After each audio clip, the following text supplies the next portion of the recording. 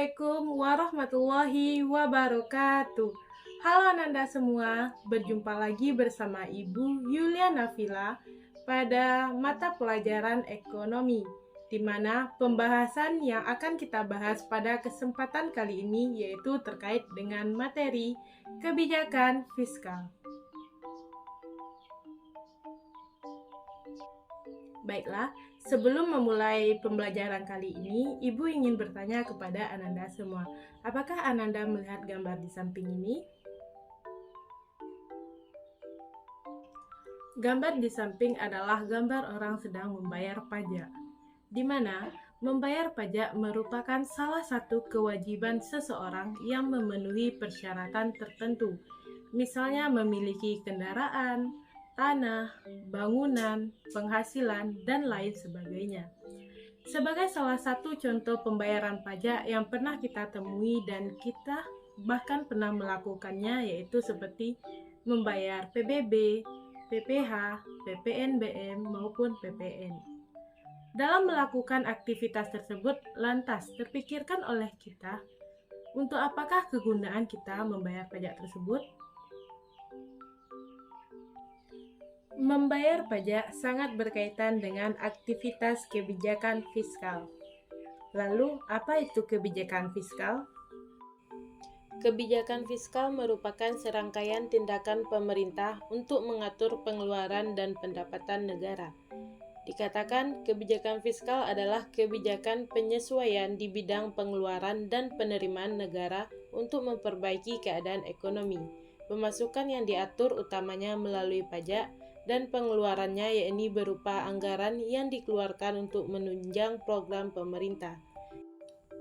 Selanjutnya, fungsi kebijakan fiskal. Terdapat 4 fungsi kebijakan fiskal, di antaranya yang pertama, fungsi alokasi. Dalam penerapan fungsi alokasi, kebijakan fiskal berperan aktif mengalokasikan atau mengatur faktor-faktor produksi yang sudah ada di masyarakat secara lebih maksimal. Kedua, fungsi distribusi. Untuk mencapai fungsi ini, penerapan kebijakan fiskal dapat dimulai dari sistem yang mengatur pembagian dan pemerataan hasil pendapatan negara. Ketiga, fungsi stabilisasi. Pada fungsi stabilisasi, beberapa faktor yang dijaga agar tetap stabil yaitu harga barang kebutuhan pokok, pertumbuhan ekonomi, dan kesempatan kerja yang memadai. Yang keempat, fungsi dinamistik. Pada fungsi ini, pemerintah menggerakkan proses pembangunan ekonomi agar lebih cepat tumbuh dan berkembang. Selanjutnya, tujuan kebijakan fiskal. Pertama, menjaga dan mengembangkan perekonomian negara. Hal ini diharapkan mampu mempengaruhi seluruh sektor ekonomi negara dan memperbaiki masalah yang ada di dalamnya.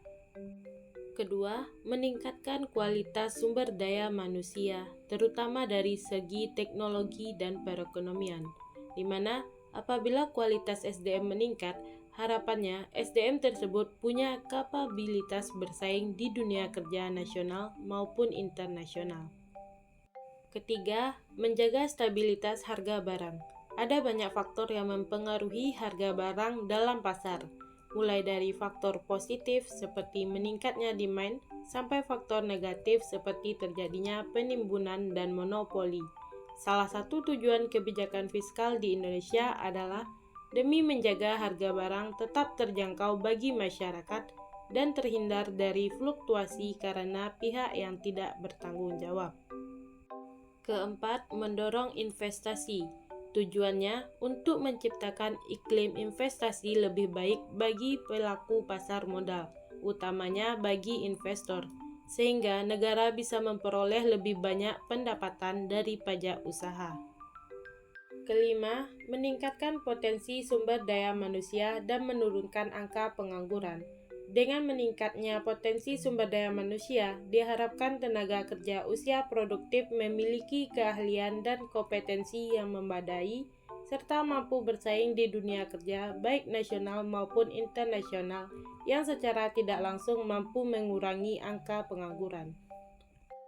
Keenam, mewujudkan keadilan sosial, di mana kebijakan fiskal juga berperan dalam program peningkatan kesejahteraan dan perlindungan sosial, misalnya dari program pemulihan ekonomi nasional. Selanjutnya, instrumen kebijakan fiskal. Instrumen yang pertama yaitu pajak atau tax. Pemungutan pajak merupakan sarana untuk mengatur ekonomi. Pemerintah bisa mengambil kebijakan melalui dua cara. Pertama, menaikkan pajak dengan memperkuat kas pemerintah dan memperbesar pengeluaran. Kedua, menurunkan pajak dengan cara memberi kesempatan perusahaan untuk berinvestasi dan meningkatkan konsumsi masyarakat. Instrumen kedua, kebijakan anggaran, dikategorikan menjadi dua. Pertama, anggaran berimbang, di mana pengeluaran pemerintah sama dengan penerimaannya. Kedua, anggaran tidak berimbang yang diklasifikasikan menjadi dua. Yang pertama, anggaran defisit, di mana pengeluaran lebih besar daripada penerimaan. Yang kedua, anggaran surplus, di mana penerimaan lebih besar dari pengeluaran. Instrumen ketiga, surat obligasi.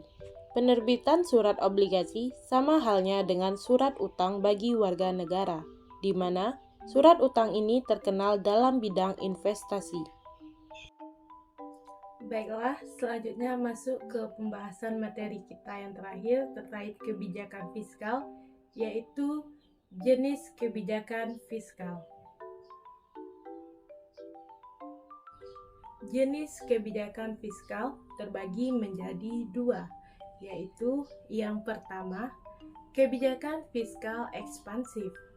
Kebijakan ini digunakan untuk meningkatkan daya beli masyarakat dengan cara menaikkan pengeluaran pemerintah dan menurunkan penerimaan pajak. Yang kedua yaitu kebijakan fiskal kontraktif. Kebijakan ini digunakan untuk menurunkan daya beli untuk mengatasi inflasi dengan cara menurunkan pengeluaran pemerintah dan menaikkan penerimaan pajak, di mana hal ini berbanding balik dengan kebijakan fiskal ekspansif.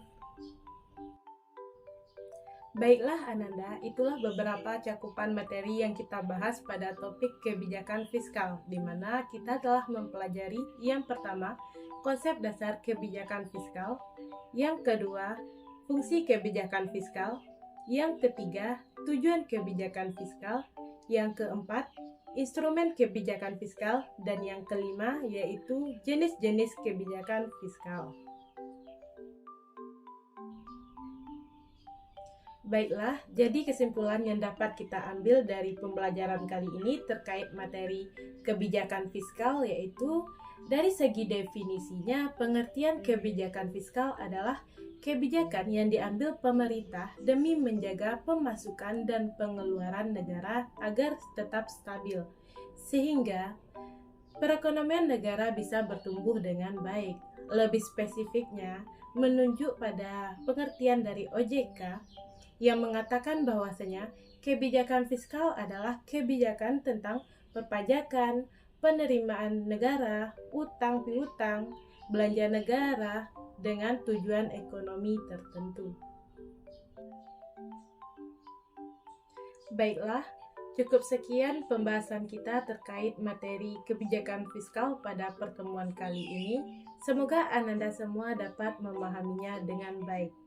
Dan Ibu mohon maaf apabila terdapat kesalahan dalam penyampaian materi dan terima kasih atas segala perhatiannya. Sampai bertemu di video pembelajaran ekonomi selanjutnya. Assalamualaikum warahmatullahi wabarakatuh.